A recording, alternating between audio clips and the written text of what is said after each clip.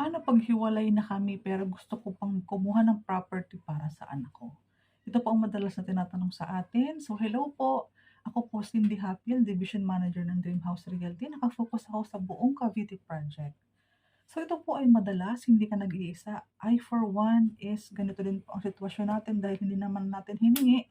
Talagang sa buhay ay may mga taong hindi talaga pinalad magkaroon ng forever, pero nagkaroon naman ng bagong asawa.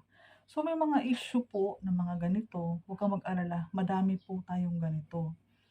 So, hiwalay ka na, kasal ka, walang divorce sa Philippines. So, ano ang puwedeng, mangyari? Tayo po kasi, pag-ibig, standard talaga tayo. 'Pag sinabing kasal at hiningan tayo ng dalawang valid ID ng asawa, marriage contract, pipirma po kasi yan sa reservation agreement.